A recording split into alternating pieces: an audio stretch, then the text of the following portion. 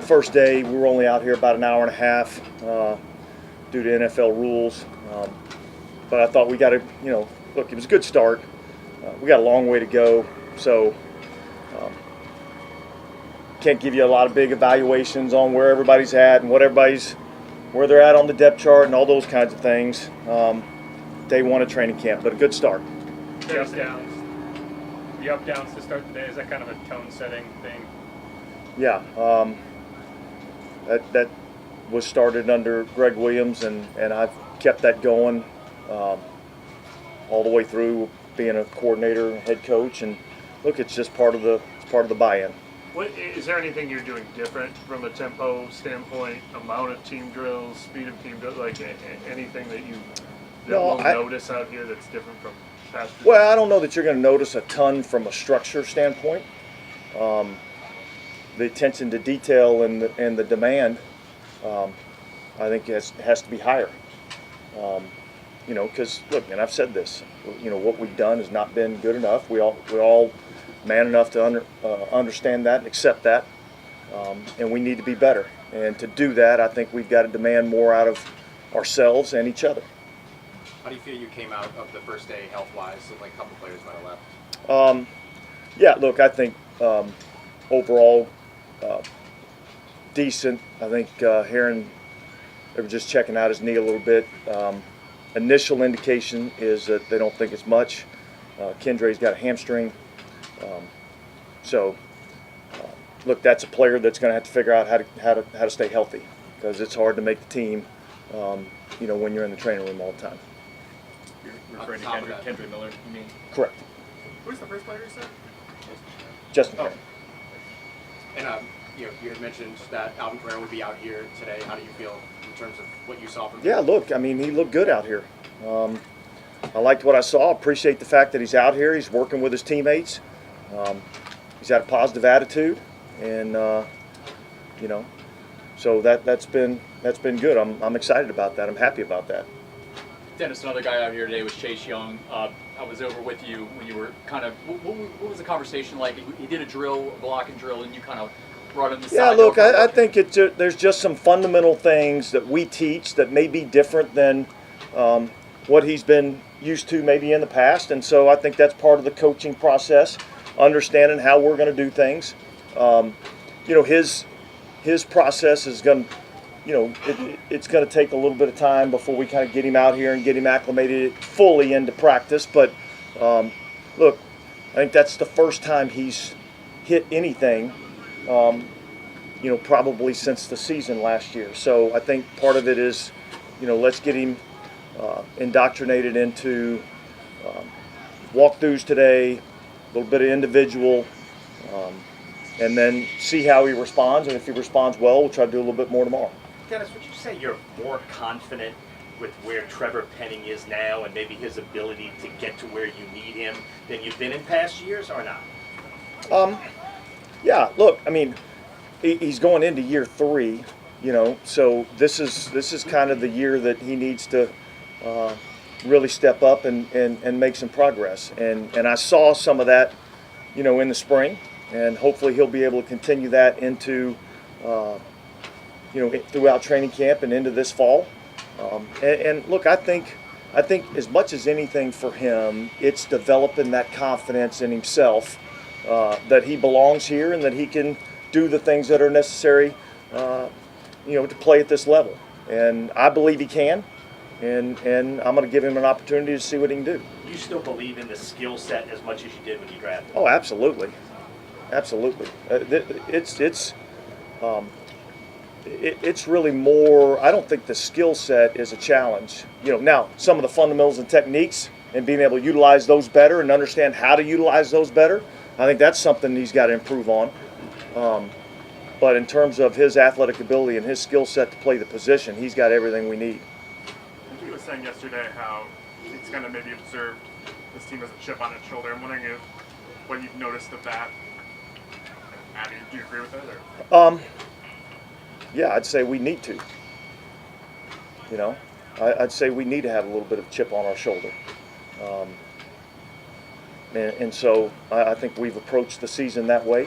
I know I've approached the season that way. I think our players have too, and I think we have something to prove. But ultimately, what it really boils down to is us being out here, putting in the work, being demanding on ourselves and each other, holding each other accountable, and then going out and functioning and operating at a high level when we have a chance to do that. And so that's really what it's about. I don't know if you saw a clip. It was of the St. Brown's brothers broadcast and Amon St. Brown on the Lions. He was saying that no one in the receiver room, of the Saints, believes that they can win the Super Bowl. EQ was pretty adamant that that's not, and then Cam Jordan got in. But to see kind of the response from players that they do believe they can win a Super Bowl. What do you make of that, and what do you kind of notice of the belief maybe your team has? Well, I would say nobody outside of our building knows what's going on inside of our building. I'd say that first of all. And secondly, I'd say that, I think our guys feel like they have something to prove. And but nothing that is said means anything. It all boils down to what you're willing to sacrifice out here on a daily basis, and the amount of work that you're willing to put in. Dennis, how do you look at the first play of that team period when DeMario steps in front and gets a pick six? Are you initially excited because it's a defense? How do you look at it as the head coach? Here's the great thing about being the head coach is that when there's a play that's made, you get to be excited either way, right? If the offense makes a big play, yeah, I get excited about that. Now, there's challenges and things we have to fix on the other side of the ball, right? And so that's part of it. And look, I think I wouldn't read too much into interceptions and things of that nature. I'm talking from the quarterback perspective in this, part of training camp, because this is where, we're trying to get the timing and the rhythm and what can we do and what can we not do, what can't we get away with, and so I just think that's part of the process. But yeah, I think from a defensive perspective, it's good to see. I think takeaways is probably the, other than scoring offense and scoring defense, that's the next most valuable predictor of winning games. Dennis, I know this is a shorter practice today, but this is indicative of what you expected, right? Weather-wise, Yeah. getting all the work in. Yeah. Look, I mean, it's certainly not the weather that we have back home in terms of the heat and humidity, but it was a little warm out here today, but I think overall I think it's about what we expected. With Willie's skill set, does that kind of, as a defense, kind of force you to take a step back and think of ways to use him that maybe you have in the past? Yeah, look, I would say this. I'd say number one, I'd say what we've done around here defensively and the scheme that we've utilized has been pretty effective in our league. And so, but within that, we're always trying to adapt the scheme to what our players can do well. And so I think that's a twofold deal. I think Willie's got to make sure that he's understanding what we're asking him to do and how we're asking him to do it and be able to execute that at a high level. And then our job is to figure out the things that he does really well and try to put him in those positions as much as we can. All right. Thanks, guys. Thank you.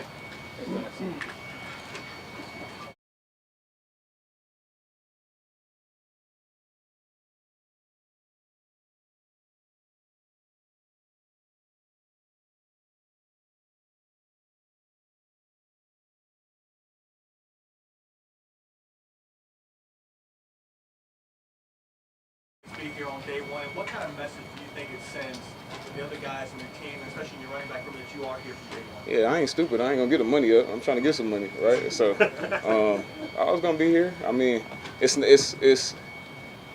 no one that has a jersey on. It's nobody. Not even. I wouldn't even blame any coaches. What's going on with contract issues right now, right? I mean, this happens all across the league. It's happened here. It's happened everywhere, right? People trying to get contracts, trying to get paid, and I'll be a fool to spite my teammates because of a dispute I'm having with upstairs, or I wouldn't even call it a dispute. We're just having conversations about compensation. So, man, I was gonna be here. I mean, shit. Derek saw me and he was surprised, but it's not like I was telling everybody I'm gonna be here. But man, I'm not that guy. I'm for the team. So I'm here. I'm doing what I got to do. I'm working. Is your hope that as you go through the process of training camp and everything, and keep going business as usual off the field, that you can get something done, reworking your contract? Hopefully. What then was the message of leaving early during minicamp? Just it's a little show of leverage, or what is it? Trying to get a contract done, and it just ain't been nothing happening. Like, ain't been no real conversations or any, I would say, worthy conversations of contract. So that last day was just me saying, that. I think there was a misconception about, oh, well, Alvin didn't say anything about contract, which I never do, really. I mean, it's just, it's time. We've been talking about it a little bit. It hasn't been anything really meaningful. It's been kind of one side where they at, and I'm kind of like, nah. So I went to the crib. Can you talk more about money this year or looking ahead? Maybe looking ahead. I mean, and I've said it before, I want to be a Saint. You know what I'm saying? I want to retire here. If I got to play football somewhere else, I'll probably be somewhere with my feet kicked up in Africa somewhere or something like that. But, I want to be a Saint, and it's not, I don't know, I don't really, for me, I don't really watch football. I have everything football muted on my social, everything. Like, I don't even see what's going on. So, I don't know what people say, but just for me to set the record, I'm not asking for nothing. I'm not asking for nothing crazy where it's like, oh my gosh, we can't do that. Well, that's my perception of it. Whatever the perception is upstairs with whoever makes those decisions, it's obviously different than what my perception is. So, we just carry on. I got to just do what I do. Not focus on what I got to do. It's obviously a fine line. So, do you feel like that message that you were trying to get across was received in the way you hoped it would? I don't know. I wouldn't. Maybe. I guess you got to ask who y'all feel like. You got to ask the question to whoever y'all feel like would answer that, had an answer for that. How do you separate the two, where Alvin? How do you separate the two and not let one leak over to the other? What you mean? Like the contract and then the bit and this? A long time ago, and two people that I love dearly, Mark Ingram and Cam Jordan, they told me this business is conditional and don't take anything personal. And I've done a good job of that. So it's not really personal, it's just business. So any decisions that I make, it's not out of emotion. It's just we handling business, right? So it's like playing chess. Somebody make a move, you gotta assess the situation, and then you make a move based on what that opponent makes. So not to say we're opponents, but just analogy wise, but it's not personal. It just is what it is. I'm gonna come out here, work, do what I gotta do. Kick it with my teammates, and if something get done, it do. If not, then. Alvin, just started with you approaching them about wanting an extension, or they can't. I thought it was gonna get converted. Yeah. Yeah. And they talked about doing an extension. Yeah. And then there was other talks about other things that I'm not gonna get into. Sure. But I guess there was some feelings that I didn't do something, or I didn't do something that they wanted me to do, and we're here now. So I mean, it ain't really been too many conversations. I ain't had too many personal conversations with the parties involved. So. Well, I'm curious because with DeMario and Tyron, they got extensions along with like pay cuts this year. Is that something they wanted you to do at any point? Something like that, maybe. I mean, but we didn't even get to the point of really getting anywhere with an extension. It wasn't really a negotiation thing. I'll say that. What would you say it was? When they didn't restructure a contract, was that a concern for you and your agents? Because generally, you would assume if they restructure it, that means they're kind of looking long term and they restructured everyone else. Yeah, I mean, I was in Africa, and they was talking about that, and nothing really happened. So I was just enjoying my time in Africa, and we in July, almost August, and nothing has happened. And I think I've always told you I want to be a Saint for a long time, for as long as my career goes, and that's really all I'm looking for, really. I mean, some people will say the money don't matter. The money does matter, but in the grand scheme of things, I made a lot of money, and I do well off the field also. So there's kind of like a feel of like, okay, well, I wanted to be fair, but at the same time, I'm not chasing nothing. You know what I'm saying? As far as money goes, I'm not chasing nothing that's outlandish or that's like off-putting. That should be off-putting. So I don't know. I'm just doing my duty. You say should be off-putting. Do you think that the running back market itself kind of factors into? I mean, it does and it doesn't, right? Because I've never looked at the running back market and said, okay, that's what I should be paid. Because I mean, would y'all look at the running back market and be like, okay, you can't. It's situational. You can't compare everybody. Everybody's not the same. Just like if you want to go there, you could say, okay, well, the running back market is here, and then you look at a Christian and say, well, the running back market is this, so we can't pay him over this. Like, man, he deserved what he got. You know what I'm saying? Like, he got his money because he produced. So I don't look at the running back market. I'm looking at my situation, right? Are you confident? Do you think they're looking at your last 2 years of production, with probably by your own standards, they weren't what they were 2 years before? Yeah. That, and factoring that into a decision to restructure you going forward. And I'm sure that's a point of emphasis when they're sitting there thinking about the business side of it and then moving forward. You know, I mean, it is what it is. Personally, I'm not gonna get into what they talking about because I don't know. I don't sit in those meetings. But for me, it was obviously disappointing the past 2 years I had, and I'm not gonna point fingers at what it was or what. I just know I don't feel like I'm on a decline. I feel like I could play for 4 or 5 more years if I want to. You know, if it goes there. But you know, I think that's probably part of the conversation. And then, you know, at this position, we always get the age thrown at us, right? It's an aging running back. He's aging. He's almost 30 or this, that. So there's a hesitancy. There's like a a reluctancy to commit to an aging body at this position. And, you know, it just, like I said, it's situational, but at the same time, it is what it is. I mean, I'm here. I'm going to come out here and do what I do. My bones don't hurt. My legs are working. My hands work. I don't feel like I have aging running back body syndrome. You think it's confident that something can get done? And if not, have you started thinking about what might come next from you if something doesn't get done? Am I confident that something can get done? If something doesn't get done, you know what I'm saying? It's like I'm just here. I'm just kind of like focused on me and kind of just keeping my mind right. You know, staying where I need to be at mentally, physically, emotionally to produce and play this game the way I've been able to play it for the past 7 years. I would love for something to get done. I love the city. I love the fans. I love my teammates. I want to be here, you know. But sadly, I mean, we saw y'all saw the Hard Knocks clip with the Giants.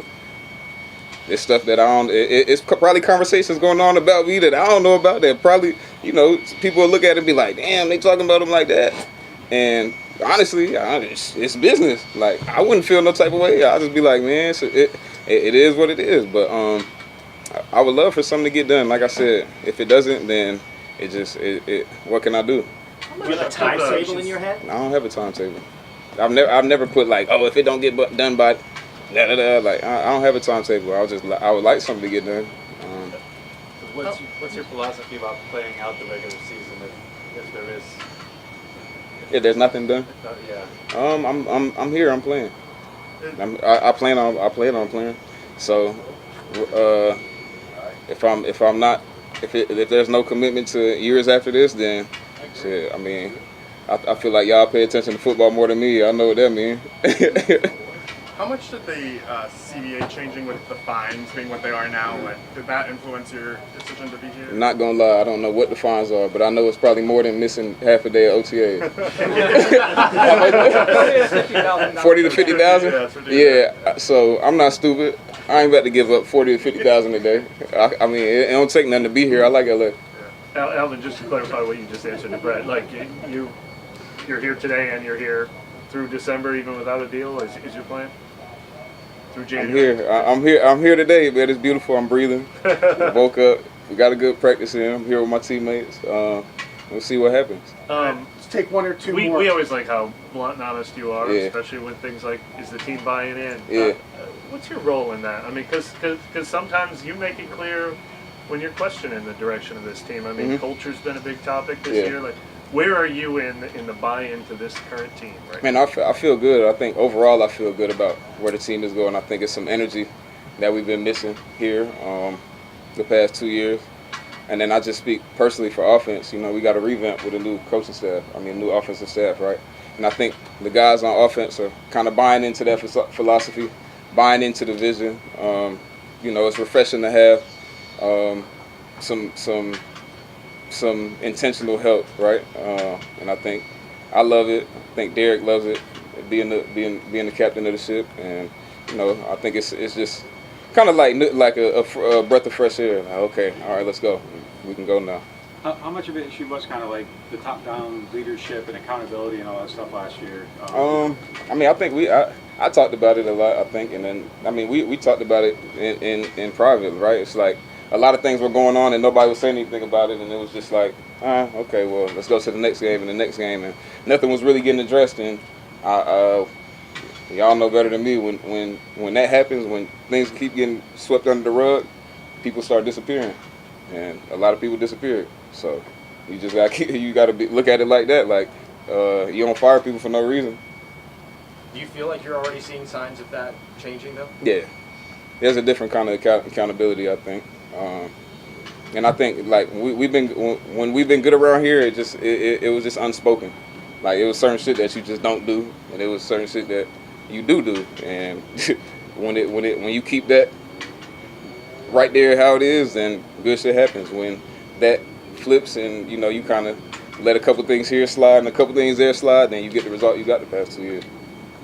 And it accumulates and it compounds and it turns into some shit you don't want. It turns into a mess.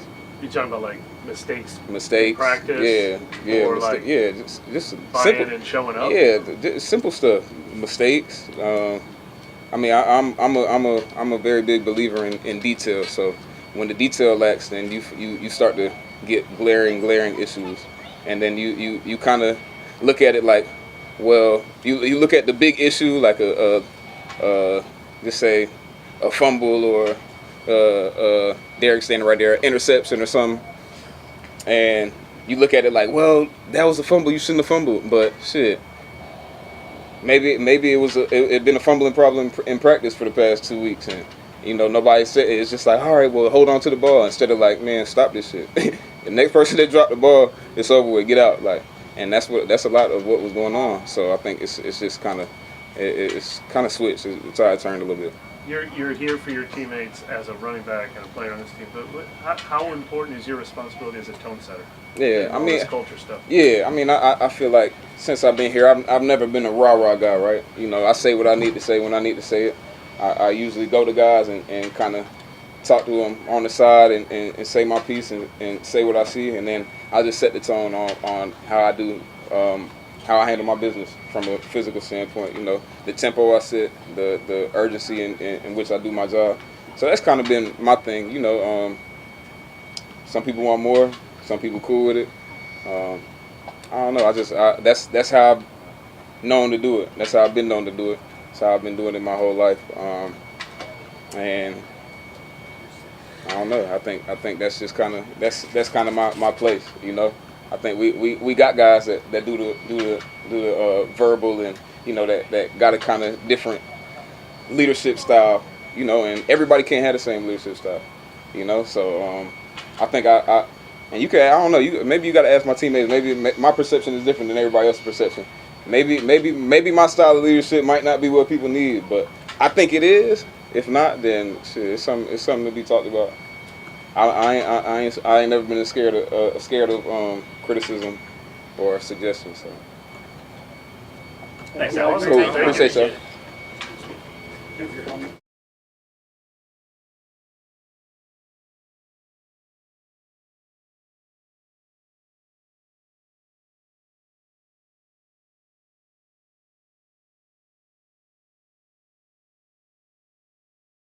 Or with that, with Alvin just being here and how that is, and maybe talk a little bit about how he is being accountable for some of the culture stuff that may have, wasn't probably there last season. Yeah, he's been absolutely amazing. He was there in minicamp for the 2 days. He was really there 3 days, and then he had to go, and he showed up to camp. He's been here, which I think anytime it's not a secret, it's a contract thing, right? Anytime the player says, you know what, you know how I feel, and still says, I'm going to show up for my team, I'm going to show up for my organization. I think that speaks more to the front office than anything. You know, like us as teammates, you know, he was like, I was looking, I was like, you know, I didn't want to bother him, but I was ready to call him after the first team meeting if I wasn't there. But he was there, and I think that speaks. That's the loudest thing he could say, you know, by showing up and working the way that he does. He talked about his leadership style.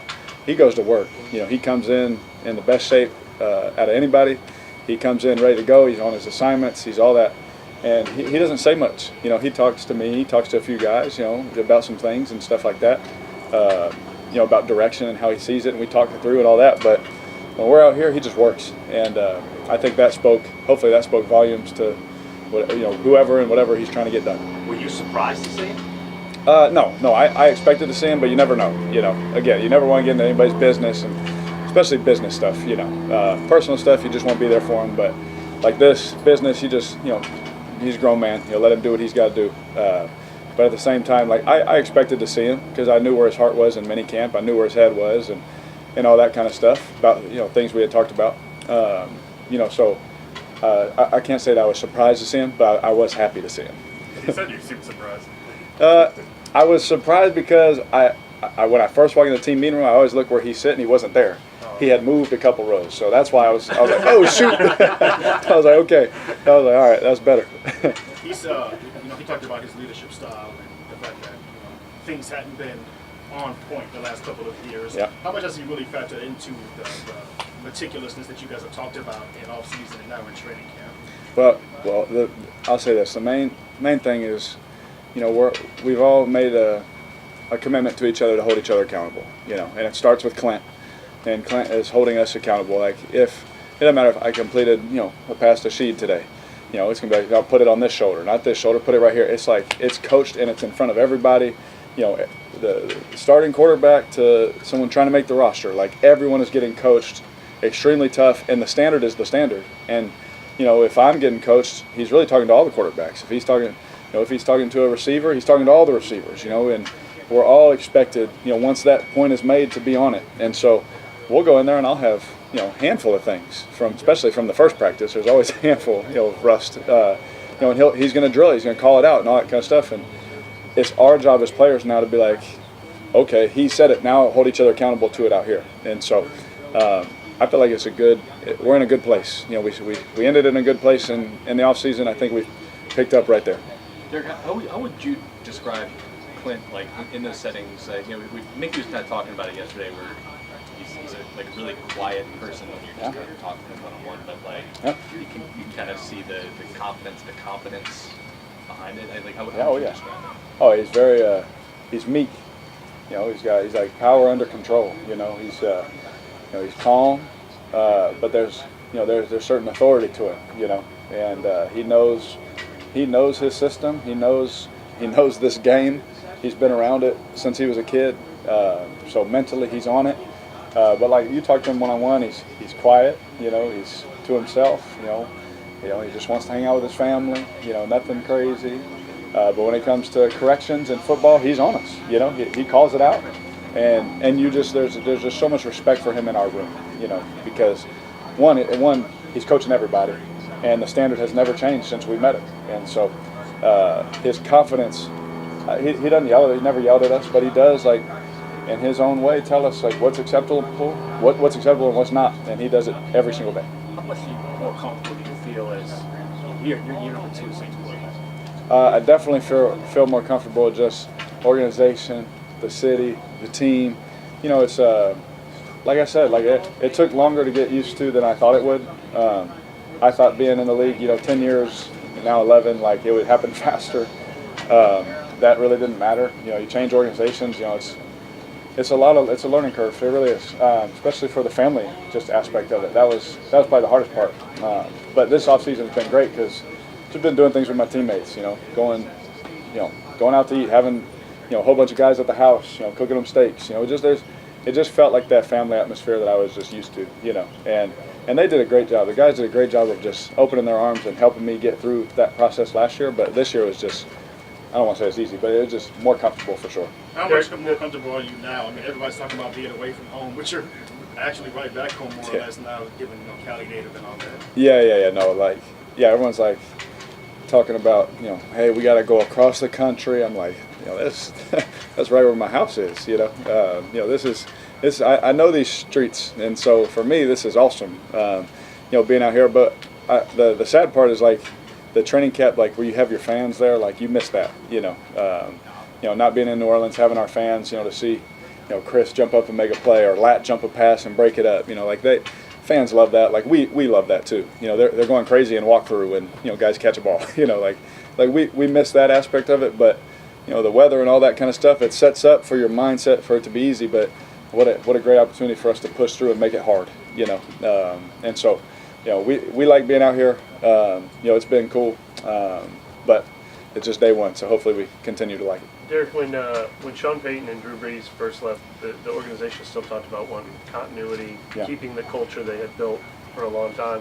It seems like the conversation has changed a little this offseason. That it's 3 years out of the playoffs. Things do need to change around here. What have you noticed most from what the approach was in your first year here and what the approach is in your second year? Yeah, there's a different, it's a heightened sense of urgency. You just feel it. I thought it was good last year, but then you get through it and you see, oh wow, this, and then you get into this camp and these meetings, the off season, our team meetings, all that. Everything is just the urgency, the standard, just the energy, the fun. I mean, we're still having a great time, like a team, but it's hard. They've made this. The off season was one of the hardest off seasons I've ever been a part of. Physically, mentally, I was drained. I put on a few pounds. I got my sleep back, but it was mentally and physically tough. But now you see that urgency taking place. Our practices are fast, are urgent. There's a physicality to them. Already you can feel it on day one, and you feel that, and what that leads to is higher competition, hopefully produces higher results. Hey Derek, Mickey was saying that he's kind of noticed a chip on the shoulder for this team. I'm wondering if you've seen that, and then how have you maybe seen that as the last couple months? Yeah, I would say that myself, starting with the leaders, passing on, we're a little pissed off, and a little edgy, a little testy, as my wife would probably say. But that's this time of year, it's going to be competitive. They want to beat us, and we want to beat them every single day. But we're doing that because when it comes to it, we want to beat the opponent, and we're going to do that together. So we feel like if we can have that chip, be a little edgy, be a little pissed off about it, that leads to, more physicality mentally and physically. And so, yeah, I definitely feel that. And does that chip just come from not making the playoffs last season, or where does that chip kind of come from? I think it's not even just that. I think it's just not ending with the championship, that's what we all do this work for. You got, guys like Cam, Hall of Famer. You got guys like Taysom, AK, DeMario, Tyron's won one, but you got guys that want to do it for New Orleans. You got guys that want to do it here. And we haven't done that yet. DA said, whatever you've done, he spoke to the room. He's like, whatever you've done, clearly for our team, it hasn't been enough. So every man looked at themselves like, you got to be mentally and physically exhausted every day. What else can we do? How many more things can you throw? How many can you run? What else can you watch? What else can you study to make sure that when we hit that field this year, it's a different outcome? Going into this season for Chris, he's kind of a clear-cut number one in that room. There's no question about it. Have you seen any different approach from him? How has he come into this year with kind of that mantle? Yeah, I think his mentality is always great. He's always been very good communicator. Him and I, we've grown so much from the start of last year to now because, when Mike was here, they're getting his plays, and then is it Chris, and then it was that transition of Chris was starting to get the one targets, all that kind of stuff, and it was different. But coming into this year, he knows every ball. He's like in his head, every ball's mine. Every play that's called, he should feel like I'm getting that thing. And so, just the communication, the extra work we're putting in after practice, we're going to do it every day. Just all of that stuff, is just growth for both of us because it was kind of spread out last year. Whereas now it's all right, dude, these are going to be your 30 plays. Let's get really good at these. And so, I think his mentality from that aspect, I think his confidence, I guess, just knowing the situation is definitely more comfortable. Thank you, DC. Good. Appreciate it. Thanks, Derek. Thanks, Derek. Got to that Dodgers.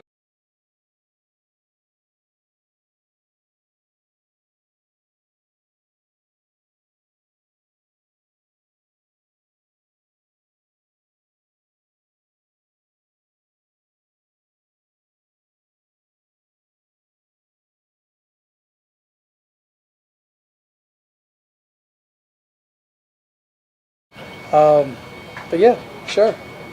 Doug, more podium. You got it. Got it. Tim, how does it feel to be in year 14? Like when you look at our roster, is it? It looks like a blessing. Feels like a blessing. Looking forward, it'll be a blessing to take the field every day with talented guys. You know, from offensive side, you got Alvin Kamara, you've got Chris Olave, Rashid Shaheed.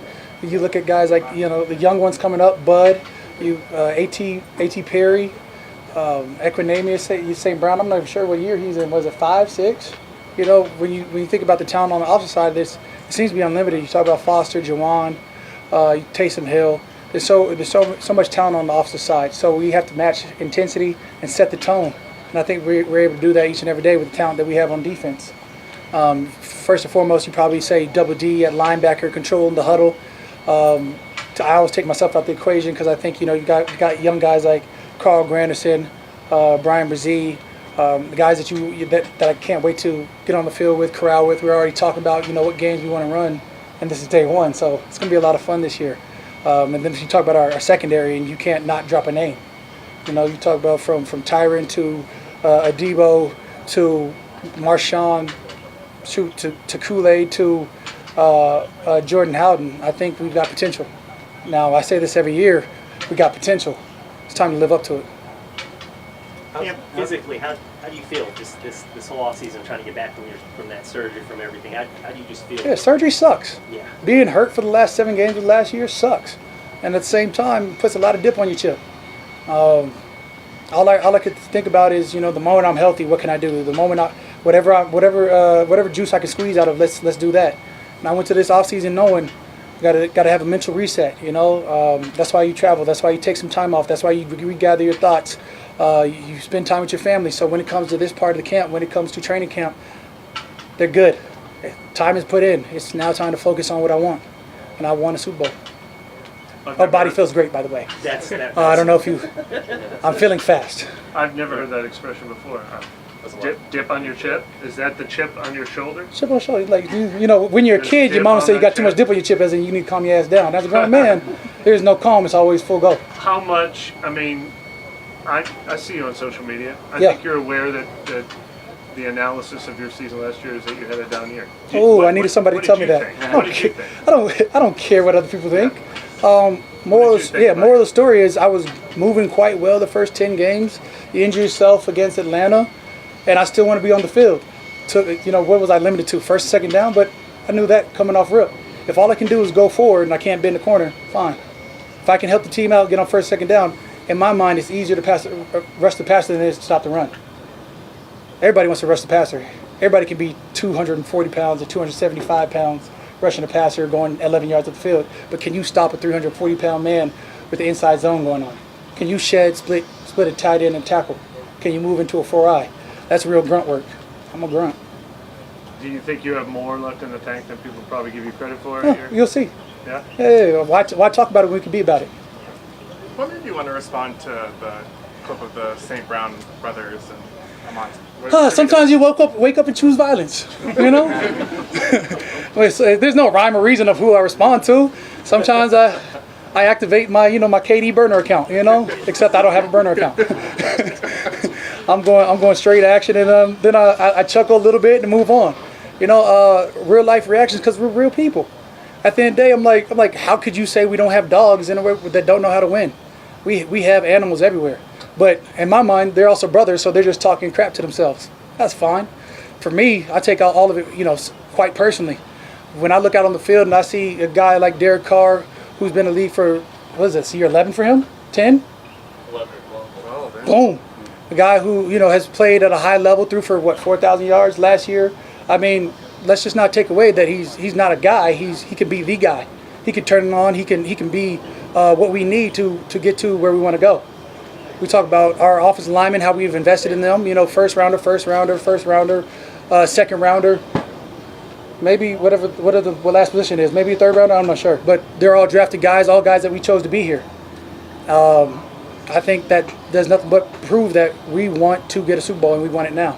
You pay a guy, you extend a guy like Demario Davis, you give a contract to a guy like Rashid Shaheed when you could have rode this year out.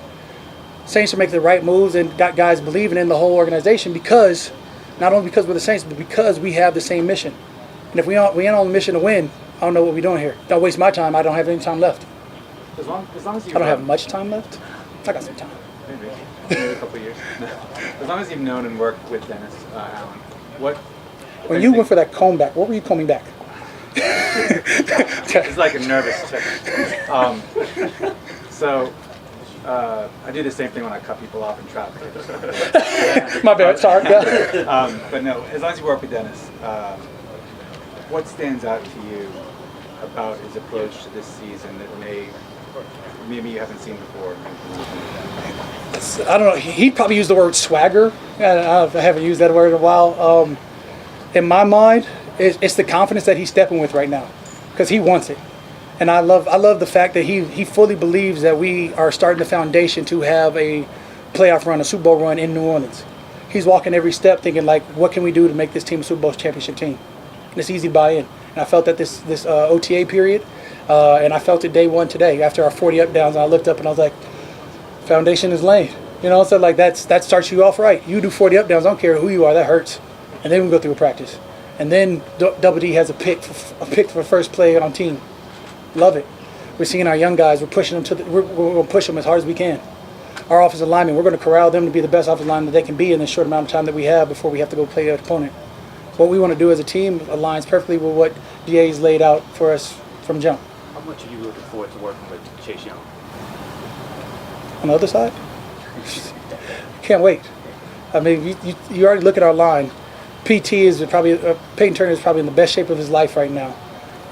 His year 4, he's got more than chip. He's got everything to prove this year. You look at a guy like Carl Granderson, had a success last year, can easily be a double-digit sack guy in my mind.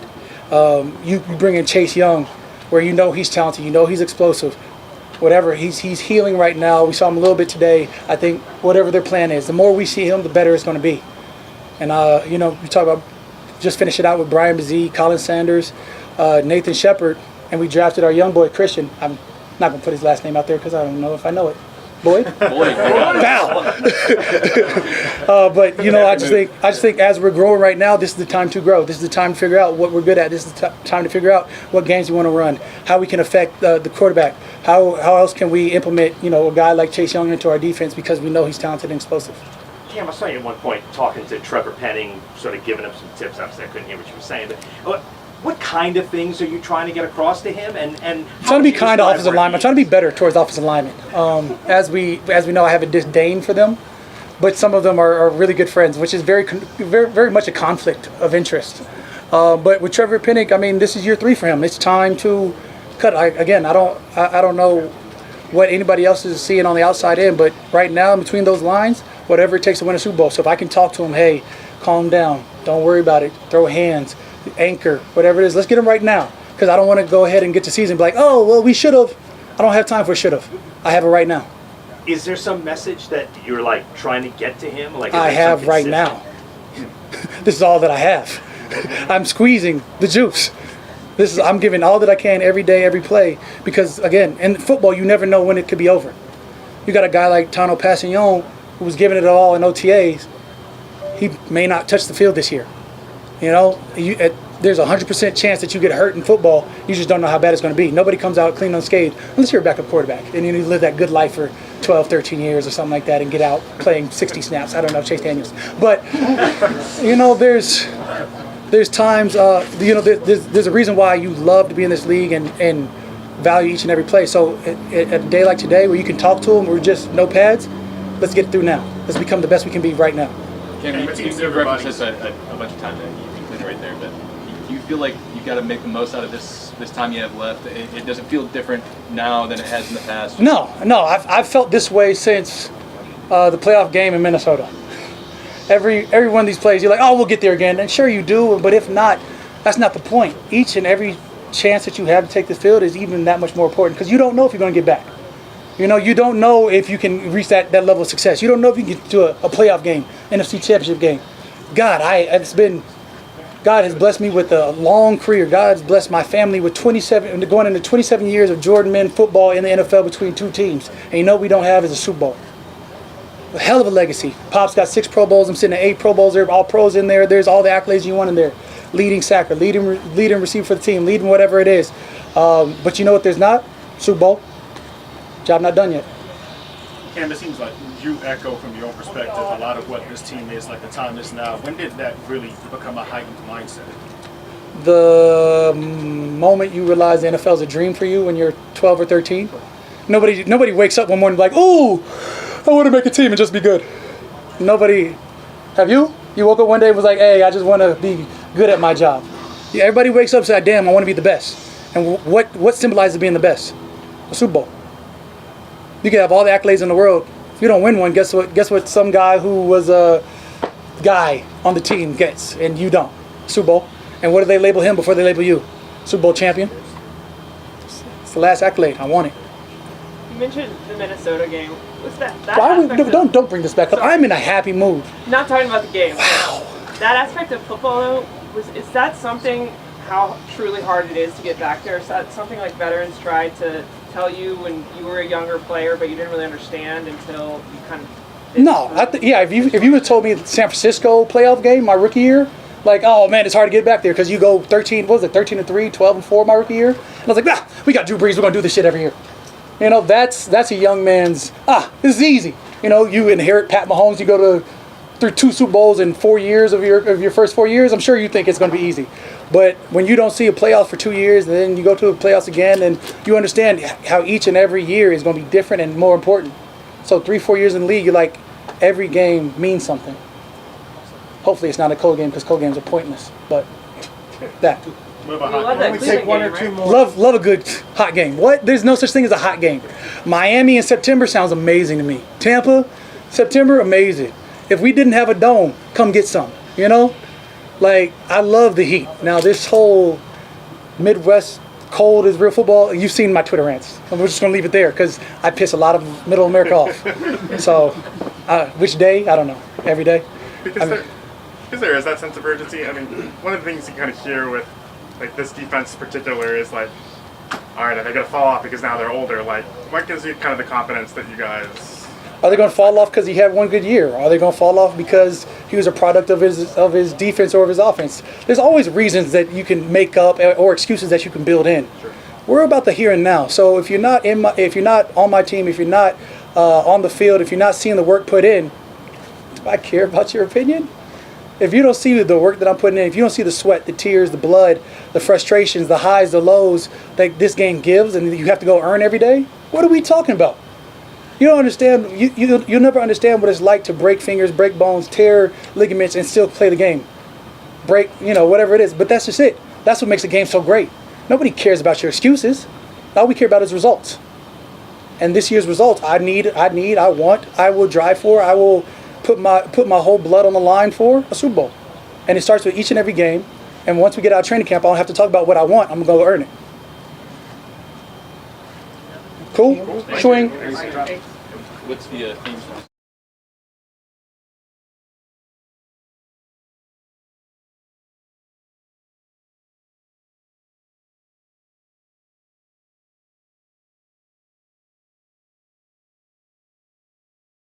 Like really watching him kind of closely and that engagement. I mean, even just being here, but like, what did you kind of just like make of watching Cam Jordan like that and just being here and all this? No, for sure, that's hard to go after, him, just going in like that. But just learning and just trying to understand how he thinks and how he talks and how he talks to the media. So that's good, just learning, sitting there and getting able to listen to him. Which did your UFL experience kind of? Do you think it rewarded you with this opportunity, or what would you make of your UFL experience? I would say for sure, just being able to compete out there every single week. I know that it was a different league and it was kind of a new league and not really no one knew what to expect. But at the same time, there was a lot of people trying to compete and get back to this level. So every week, that was the goal, just to put tape on film to get back to this level.